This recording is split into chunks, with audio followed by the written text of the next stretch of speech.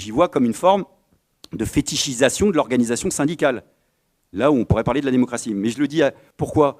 Parce que cette forme de fétichisation organisationnelle, syndicale, elle renvoie comme un reflet à une autre forme de fétichisation organisationnelle possible, qui est celle des partis. Et sur les mêmes thèmes, et à juste titre, tu parles de ce qui est présent dans cette charte d'Amiens, qui est la fameuse double besogne, la tâche pour aujourd'hui, la tâche pour demain.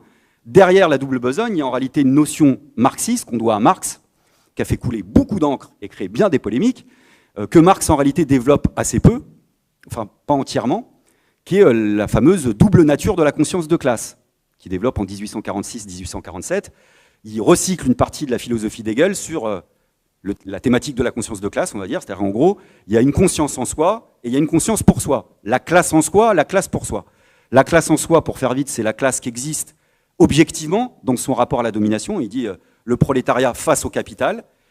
Et la conscience pour soi, la classe pour soi, c'est autre chose. C'est la classe qui prend conscience de ses intérêts indépendants et historiques, de sa mission historique, pour libérer sa classe et libérer toute la société, toute forme d'aliénation. Et là, on comprend bien qu'on ne parle pas tout à fait des mêmes niveaux de conscience et que la conscience est fluctuante.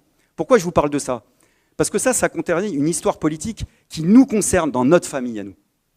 Par exemple, j'ai appris récemment que dans les débats fondateurs de la Ligue communiste, il n'y en a pas eu qu'un, mais un ouvrage qui a compté sur ce débat-là en particulier, qu'on doit à Lukács, qui est un philosophe hongrois hétérodoxe qui a écrit un livre qui s'appelle donc, enfin il en a écrit plusieurs, mais Histoire et conscience de classe, qui est un livre qui date de 1923, et les camarades de la Ligue l'avaient au moment de la fondation comme un référent de la discussion théorique.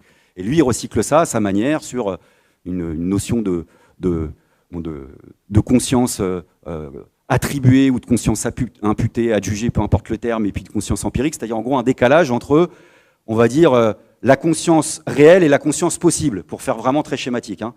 Et il imagine qu'il y a une médiation pour accéder et avoir un rapport dialectique entre ces deux consciences. C'est une thématique qui va traverser tout le siècle. Plus proche de nous, Bourdieu, le sociologue, il parle de classe probable et de classe mobilisée. Donc vous voyez, c'est une thématique réelle. Quel est le problème ?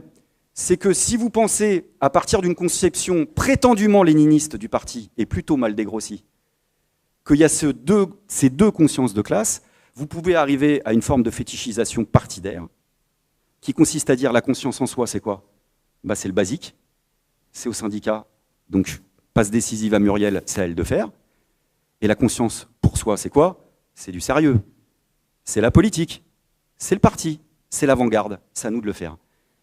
Ça, nous, on en est revenu de manière critique.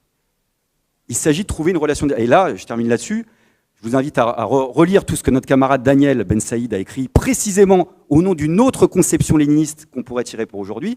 C'est que, bien sûr, créer un parti politique, une organisation politique, c'est aussi une affaire de conscience.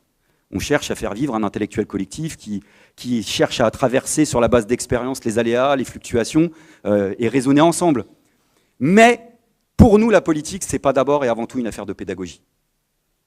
On ne crée pas, nous, une organisation politique. Là aussi, si vous voulez faire votre marché, il y a plein d'autres possibilités. Vous verrez, elles sont étendues.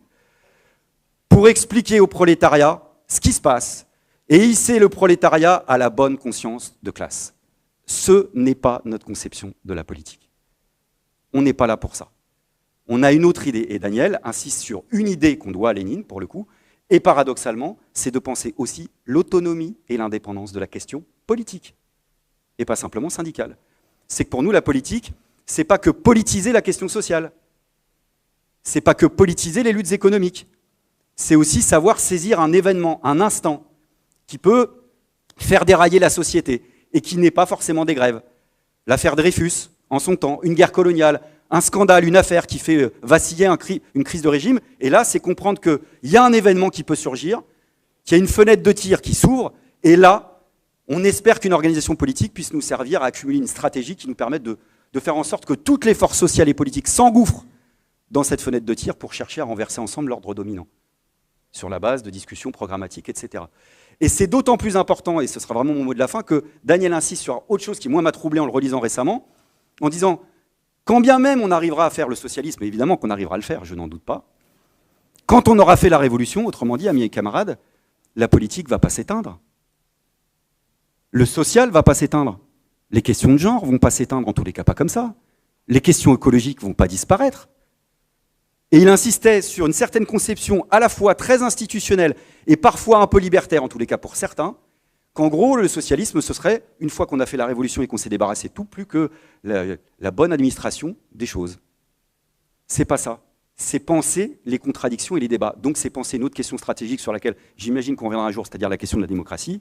Je termine sur une citation qu'on doit à une révolutionnaire et féministe qui s'appelle Angela Davis.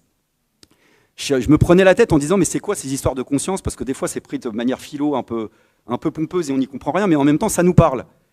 Et en réalité c'est fluctuant, mais c'est vraiment fluctuant, c'est-à-dire qu'on est tous traversés par ces consciences en permanence, même plusieurs fois par jour, j'allais dire. Et elle révèle un petit moment à travers une belle formule, enfin moi que je trouve belle. Elle dit « Je n'acceptais pas les choses que je ne pouvais pas changer, et donc j'ai décidé de changer les choses que je n'acceptais plus. » Et je trouve que c'est une belle formule parce que ça dit le moment où il y a une petite étincelle, il y a aussi une peut-être fenêtre de tir qui se passe chez nous, et on se dit « Je suis plus spectateur ou spectatrice et je décide d'agir. » Et ça, pour moi, c'est quelque chose qui est aussi lié au projet d'émancipation. Voilà, merci.